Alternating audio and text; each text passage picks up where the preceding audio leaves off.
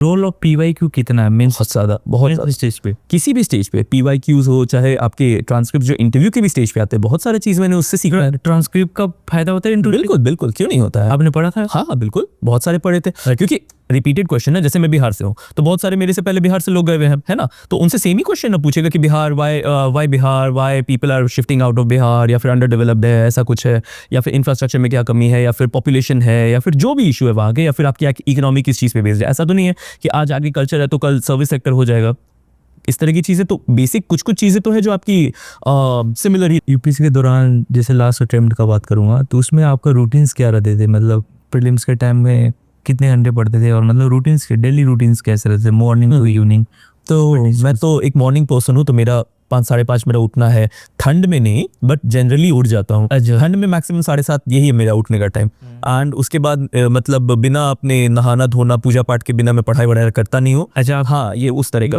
हाँ, I am very deeply religious. तो सूर्य भगवान को जल देने बिना मैं नमक नहीं ग्रहण करता हूँ। तो ये सारी चीज़ें हैं मेरे अंदर। शंकर भगवान को मंदिर, मेरे को मंडे जाना है। आज मैं नहीं गया हूँ तो क्योंकि आज मंडे भी है, मेरे को जाना है, इसके बाद मैं वही जाऊँगा। Oh my God, thanks. तो बाय पॉइंट बीइंग कि ये सारी चीज़ें मेरे को मेरे पापा ने बहुत पहले से दी हुई है, तालीम जिसको बोलते हैं कि आपको ये सारी चीज़ें करनी है। तो अब मेरे को मतलब ऐसा नहीं लगता कि हाँ मैंने कुछ special, that's a part of my life कि नहाना है, पूजा करना, उसके बाद ही पढ़ाई करने के लिए बाइक। तो ये करता था। तो मेरे को जैसे 5 बजे से उठा तो अगर मान लो कि कभी कभी बीच में फेजेस आते थे जिम मेरा ऑन एंड ऑफ चलते रहा है, तो 7:30-8 बजे तक पढ़ने के लिए बैठ गए। फिर आप पेपर पढ़ो, ऐसे लिखो, ऐसे करके। तो मेरा एक शेड्यूल था कि मेरे को 9 घंटे के आसपास डेली कवर कर लेना है। अच्छा, 9 घंटे मेरे को पढ़ाई कर लेनी है, तोड़ के मरोड़ के। ये ऐसा नहीं कि हाँ एक दिन 14 घंटे पढ़ लिए, अगले दिन 4 घंटे भी नहीं निकल रहे। 9 घंटे कर लेना है किसी भी तरह से। एंड अगर आप वो कर लेते हो तो एक कंसिस्टेंटली अगर आप 9 घंटे डेली पढ़ते हो, सिलेक्शन इज गारंटीड। तो जैसे आप प्रीलिम्स के टाइम पे आपका रूटीन्स में क्या रहता था? मतलब कि कैसे सब्जेक्ट को डिवाइड करते थे? कुछ ऐसा कुछ रिकॉल कर पाओ जैसे प्रीलिम्स के लास्ट 1 मंथ में कैसे मैनेज कर? लास्ट 4 मंथ्स तो मैं लास्ट मंथ का बता देता हूँ कि देखो सारा शेड्यूल और सारी जो आपने टाइमलाइन और टाइम टेबल बना के रखा हुआ रहता है, जब एग्जामिनेशन के 20-25 दिन आते हैं तो सब हिल जाता है। इसलिए क्योंकि सोने का टाइम जो है आपका 1 बजे रात का हो जाता है, क्योंकि आपको ऐसा लगता है कि मेरा प्रीलिम्स आने वाला है तो मैं बहुत ज़्यादा पढ़ लूँ। एंड उठने का टाइम जो है थोड़ा जल्दी हो जाता है ना। और मान लो अगर नहीं भी उठते हो तो भी आपकी रूटीन चेंज हो जाती है। तो वो 9 घंटे जो कभी कभी 12 घंटे भी मैंने पढ़ाई की है, ऐसा नहीं कि नहीं पढ़ा है। अच्छा। तो लगातार जब आप एक स्ट्रेच में, जिसको बोलते हो ना 3-3 घंटे, एक आध बार जब फर्स्ट अटेम्प्ट वगैरह में, बाद में तो धीरे धीरे नॉर्मलाइज हो गया। फर्स्ट अटेम्प्ट में इतना पढ़ा था कि ऐसे ऐसे मेरे हिलते थे कि सर हिल रहा है कि क्या, और स्पॉन्डिलाइटिस जैसा लगने लग गया था। डॉक्टर के पास जाकर के दिखाया कि सर घूमने लग जाता है, मेडिसिन खाइए, क्या नहीं किया है। हाथ में दर्द अलग, अभी भी यहाँ पे जो है लिखने की वजह से, क्योंकि इतनी ज्यादा लिखे कि थोड़ा थोड़ा यहाँ पे पेन, कभी भी अगर ज्यादा वजन उठा लो जिम में तो पेन यहाँ पे रहता है। तो बहुत सारी चीजें हैं। दर्द उन्हीं लोगों का सुना जाता है जो लिस्ट में आ जाते हैं, वरना लिस्ट के बाहर के लोगों का दर्द कोई। आपको ऐसा नहीं लगता इंजस्टिस नहीं उन एस्पिरेंटों के साथ ना, उनको जैसे जो अनसक्सेसफुल रह जाते हैं, जो मतलब कि इंटरव्यू स्टेज में आप ही लोग के जो साथी 3000 लोग सिलेक्ट हुए होंगे अभी, तो उनमें से आप लोग 1000 ऑलमोस्ट सिलेक्ट हुए हैं, बाकी 2000 जो रह गए, तो उनको, उनके लिए आप क्या बोलना मैसेज देना चाहोगे यहाँ से? मतलब जो होपलेस है इंटरव्यू में सिलेक्शन नहीं होने के बाद। मैं सिर्फ यही कहूँगा कि this is also an exam. ठीक है, हमारा उस दिन भाग्य अच्छा था। मेरी रैंक इक्वली डिजर्विंग, मेरी रैंक 819 है। ठीक है। मेरे से 818 लोग हैं जिनका भाग्य उस दिन ज्यादा अच्छा था, है कि नहीं? उस दिन या मेंस में ज्यादा अच्छा था। प्रीलिम्स की तो बात छोड़ दो, मेंस में ज्यादा अच्छा उस दिन उनका चमक रहा होगा सितारा कि उन्होंने मेरे से ज्यादा अच्छा आंसर लिख लिया। या फिर जिस दिन कॉपी जो पेपर चेक कर रहा होगा बंदा, उसको ऐसा लगा होगा कि ये 818 लोगों का आंसर इस 819वें बंदे से ज्यादा अच्छा है, तो उनको उससे 1-2 नंबर ज्यादा दीजिए। मेरे नंबर पे ही बहुत सारे रैंकर्स हैं, किसी को किसी सब्जेक्ट में ज्यादा नंबर है, किसी को किसी सब्जेक्ट में ज्यादा नंबर है। कोई सर्विस, कोई भी ओहदा किसी से छोटा नहीं है ना, सारे इक्वल है। मैं यहाँ से भी मतलब लोगों को भी यही बोलता हूँ, चाहे कि जितने भी एस्पिरेंट्स हो, सिविल सर्वेंट्स हो, हम लोग सब जब सर्विस के अंदर आ गए, सारे के सारे एक है। कोई ऐसा नहीं कि हाँ छोटा है कोई बड़ा है। ठीक है, सबकी तमन्ना थी कि हमें IAS बनना है, किसकी तमन्ना नहीं होती है, सही बात। लेकिन इसका ये मतलब तो नहीं ना कि जो नहीं बन रहा है, क्योंकि IAS की तो सीट ही 180 होती है। तो अगर क्या भारत में 180 ही लोग रहते हैं? वो तो है नहीं पॉसिबल। तो बाकी लोग खाना पीना बंद तो नहीं करेंगे, जीना बंद तो नहीं करेंगे। जिंदगी की तो यही रीत है, हार की बात ही जीत है। तो अगर मान लो आप हार भी गए हो तो there are a lot of possibilities, lot of opportunities. ये भारत है, 140 करोड़ की आबादी है। है ना। अपन अगर मान लो कि 2 लोग लड़ाई भी लड़ने लग जाते हैं तो 40 लोग आकर के देखते हैं, इतने विले लोग पड़े हुए हैं। हाँ, तो मेरा पॉइंट है कि आप उसमें मत शामिल हो। आप कुछ कर सकते हो, बहुत सारी चीजें ये करने के लिए। अगर आपको समाज और देश के लिए ही करना है, आप एनजीओ स्टार्ट करो।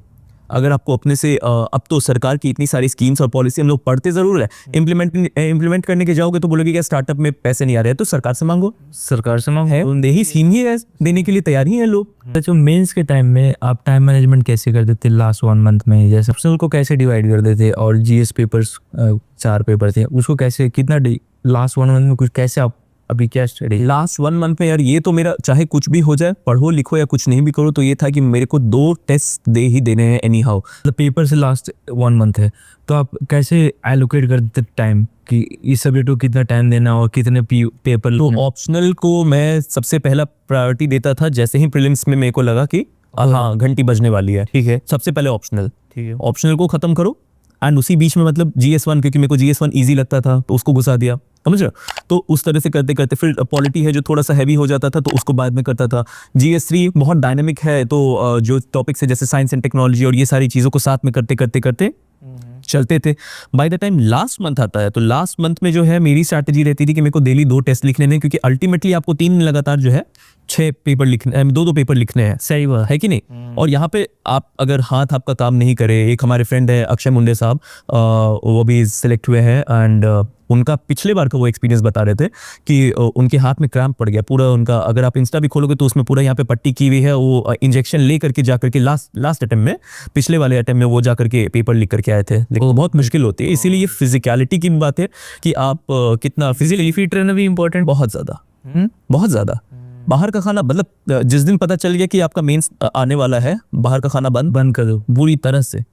चाहे कितना भी ब्लैंड घर का खाना क्यों ना, वो करेले की सब्जी क्यों ना बनी हुई, लेकिन खाएंगे तो घर का ही। क्योंकि अगर एक दिन भी आपको पेट में दर्द उठा, 3 दिन आप सोते रह जाओगे। एक दिन भी बुखार आया, 2-3 दिन आपके बर्बाद हो जाएंगे, है कि नहीं। सही बात। फिट रहने के लिए मतलब हेल्थ पे जानना चाहूँगा कि आप कैसे हेल्थ को मैनेज करते थे, मतलब कैसे टेक केयर करते थे अपने बॉडी का है। तो मैं मतलब हमेशा से, मतलब जब मैं 18 का ही हुआ ना, तो मेरे पापा को ऐसा लगता था ना कि अगर जिम वगैरह जाओगे तो तुम्हारी हाइट छोटी रह जाएगी। तो मेरे डैड, हाँ, मेरे को पापा को ऐसा लगता था कि वो छोटी रह जाएगी, क्योंकि तुम बल्की हो जाओगे, ऐसे फैल जाओगे एंड आपकी हाइट छोटी रह जाएगी। ठीक है, जब 18 का हुआ ना, मैंने उनको बोला, मतलब 1 आध महीने बर्थडे के बाद, कि देखिए अब तो हाइट नहीं ना बढ़ने वाली है। कि वो लाइक नहीं, बढ़नी तो चाहिए, 1 आध इंच बढ़ जाएगी, क्यों क्या हुआ। तो मैं बोला कि मैं लटक के बढ़ा लूंगा, लेकिन मुझे जिम जाने की परमिशन दो। तो ये बैंगलोर में, मतलब जब कॉलेज टाइम था उस समय से ऑन एंड ऑफ हमेशा जिम रहा ही है। कभी 3 महीने, कभी 6 महीने, लेकिन छूट जाता था।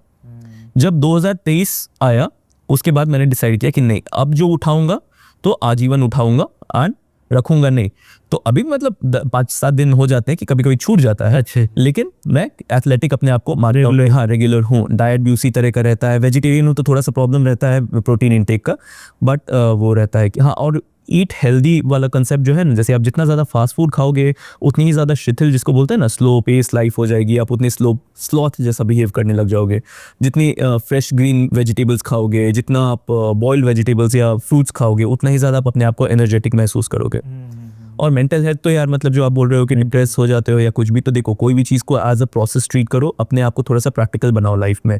हर चीज़ से दिल लगाओगे ना, तो कोई भी आदमी जो है राह पे थप्पड़ मार के चला गया, यार चल थप्पड़ मार दिया, मैं तो अब नहीं रह पाऊंगा, क्या करूंगा, कहाँ जाऊंगा। कोई शराबी अगर आ करके तुम्हारे साथ झगड़ा कोई मान लो करना ही चाहे, ठीक है, तो तुम उस बात को लेकर के डिप्रेस हो जाओगे कि नहीं यार, मेरे से तो झगड़ा कर ले, मैं तो इतना सीधा इंसान, महात्मा गांधी के बाद मैं ही आया था। सही है, तो ऐसे थोड़ी होगा। ठीक है, ऐसे फिर तो आप जियोगे ही कैसे। हर चौथा आदमी आपको कुछ ना कुछ बोलेगा, तो हर बात को अगर दिल से लगाने लग गए तो काम चलेगा नहीं आपका। मतलब आप कहना चाह रहे हो कि मतलब हेल्थ का भी ख्याल रखना जरूरी। बिल्कुल, यूपीएससी के दौरान लोग इग्नोर करते हैं इस पार्ट को। नहीं करना चाहिए, सही चीज़ नहीं ना है। मान लो आप प्रीलिम्स के पहले, मान लो कि अब आपके पास 6 महीने प्रीलिम्स के लिए, आप बहुत सारे लोग हैं जिनको पानी नहीं सूट करता है बाहर का, तो जॉन्डिस हो जाता है। जॉन्डिस हो गया, 3 महीना खराब, ठीक बात, 1.5 महीना खराब।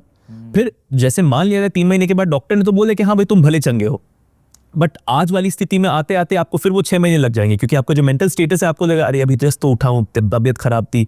कोई भी चीज़ अगर होगा ना उसके बाद, तो आप उसको बहाना में डालोगे कि अच्छा मेरे को तो क्योंकि जॉन्डिस था तो मेरे को कमजोरी आ रही है, मम्मी पापा हाय मेरा बच्चा सो जा थोड़ी देर, बच्चा सो जा, बस सो गए।